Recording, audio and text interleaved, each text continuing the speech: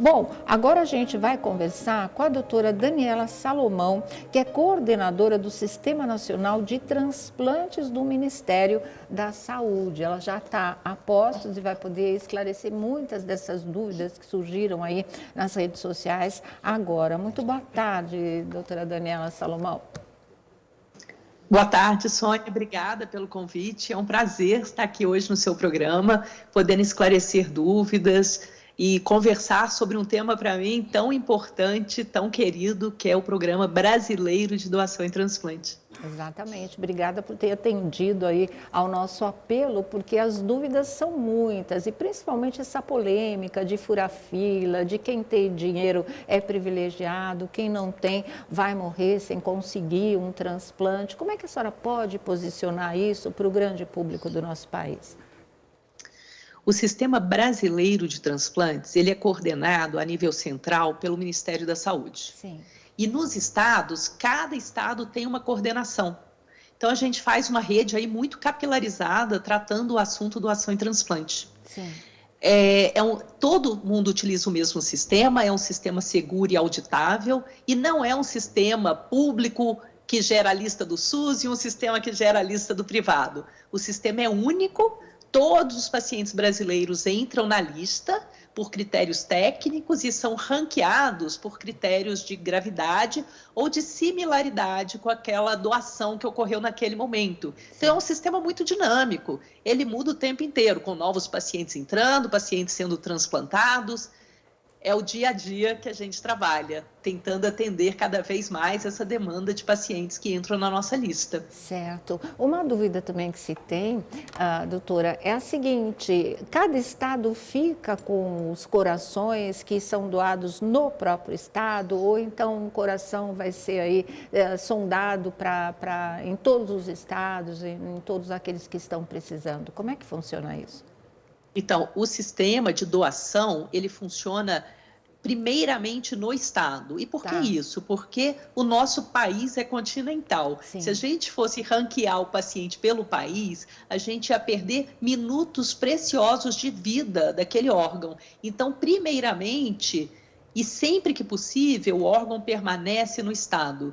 Ele só vai para outro estado se não houver nenhum paciente candidato a receber aquele órgão doado naquele momento. Então, existe sim a Central Nacional, que fica aqui no Ministério da Saúde, que faz a ponte entre estados para o melhor aproveitamento de órgãos não utilizados naquele estado, mas nessa situação específica de não haver pacientes naquele momento. Certo. Bom, nossos jornalistas aqui gostariam de fazer perguntas para a senhora também. Pode falar, Vlad. Boa tarde, doutora. É Vladimir que está falando. Eu quero pedir um favor, inclusive, porque algumas pessoas não estão acreditando. Quais são os mecanismos? Por que Fausto Silva não furou a fila? O que garante esta certeza para as pessoas que ainda estão em dúvida? Excelente, adorei sua pergunta, porque eu acho que é uma coisa que a gente tem que conversar sobre isso o tempo inteiro. Então, novamente, o sistema é informatizado. Quem gerencia o sistema localmente é a Coordenação Estadual de Transplante. O sistema, ele atende toda a população, seja pública ou privada, para o transplante. E quem insere os dados do paciente na lista é a equipe de transplante, ok? Quem insere os dados do doador é a equipe que cuida da doação. Quem faz o casamento entre a doação e o paciente é a central de transplante. Então, você veja que são pessoas, equipes independentes. A central de transplante não está cuidando do paciente, ela nem sabe quais pacientes que foram inseridos no sistema, ela só vai saber no momento que ela gera essa lista.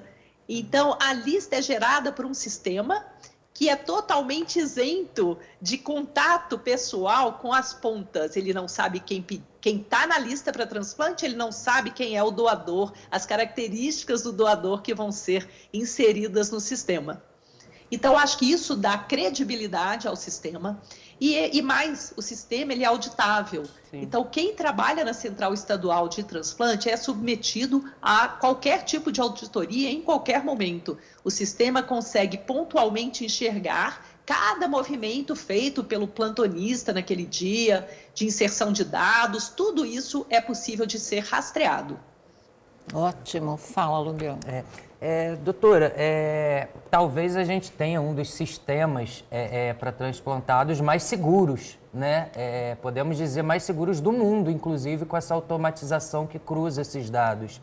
É isso mesmo? Somos hoje uma referência na questão dos transplantes? Esse sistema, por exemplo, que casa esses dados, ele é usado só no Brasil? Outros países adotam esse tipo de coisa? Como é que isso funciona a nível global? É super interessante a sua pergunta, porque varia muito mesmo. Os países têm formas diferentes de lidar com isso. Alguns países, pela dimensão, dividem o processo de doação e transplante entre algumas centrais. Alguns países menores não têm um sistema informatizado, então torna o processo bastante frágil, você não consegue saber por que aquele órgão doado chegou no receptor. O Brasil é um orgulho para a gente, porque tem um sistema confiável que atende toda a população brasileira que precisar de um transplante. Da mesma forma, nós temos a nossa portaria publicada com critérios técnicos e todos os pacientes que entram no Sistema Brasileiro de Transplante são submetidos às mesmas regras. Toda a vida importa, né, doutora? Toda a vida importa e nós trabalhamos para isso.